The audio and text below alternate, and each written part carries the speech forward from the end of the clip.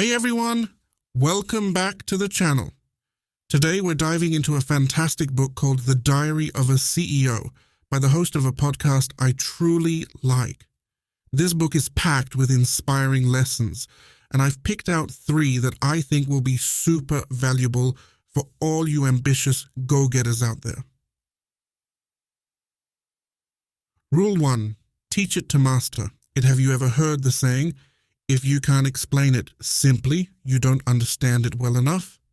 That's the core of this first rule. The legendary physicist Richard Feynman believed that truly understanding something requires being able to break it down for anyone, even a teenager. This goes beyond just academics, though. Think about practical jobs.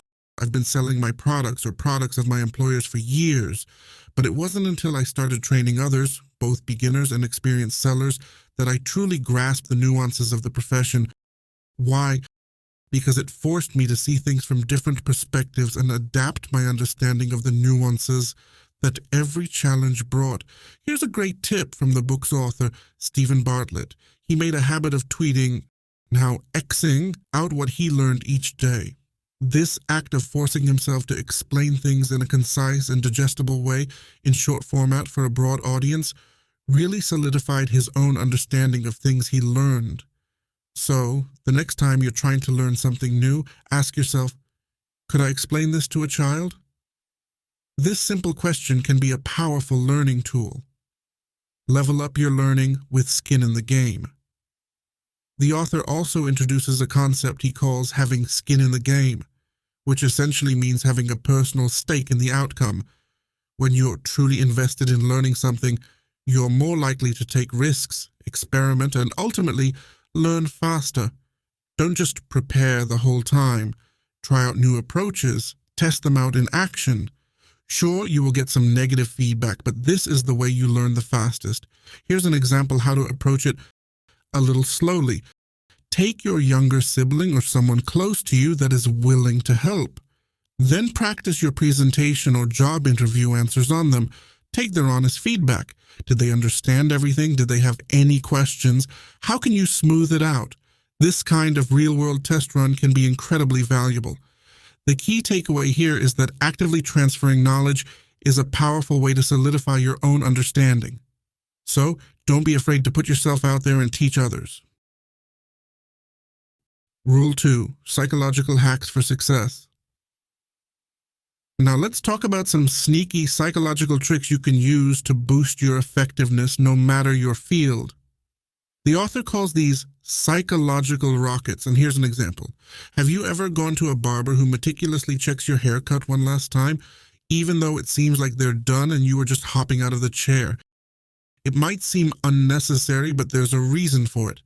This final touch creates a feeling of completion and satisfaction for the customer. They perceive the service as more thorough and professional. The same principle applies to waiters who repeat your order back to you. It's a simple act that builds trust and confidence in the customer's mind. Taking that extra step leads to better tips and a more positive overall experience, as studies show.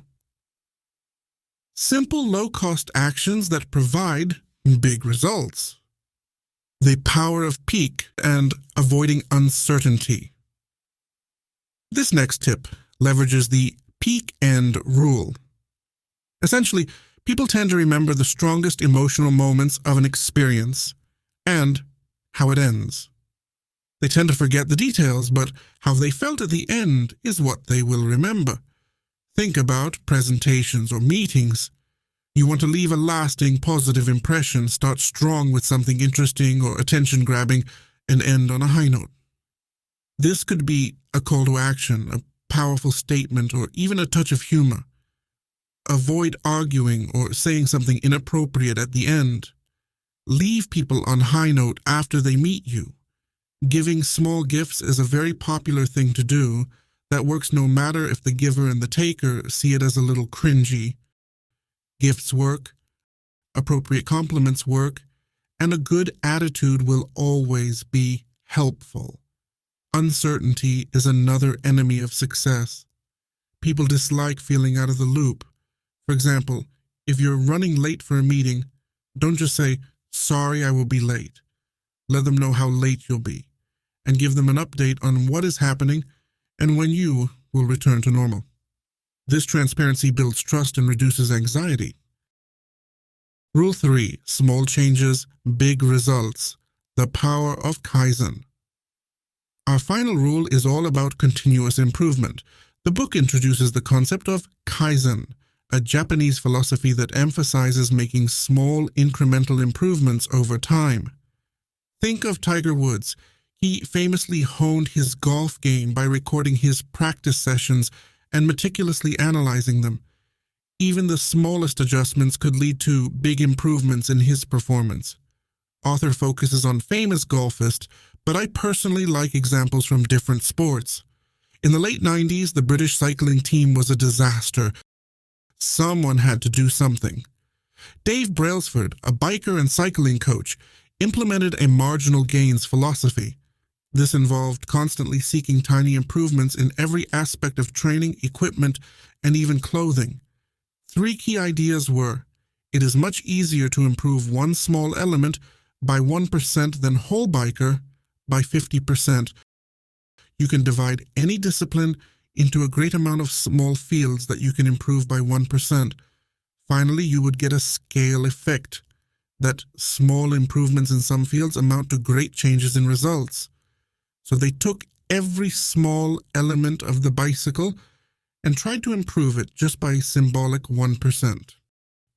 Then they took the biker costume. Then they took the biker's health, diet, and training routine, chopped it up into small pieces that could be easily improved by symbolic 1%. Small changes mounted in outstanding results.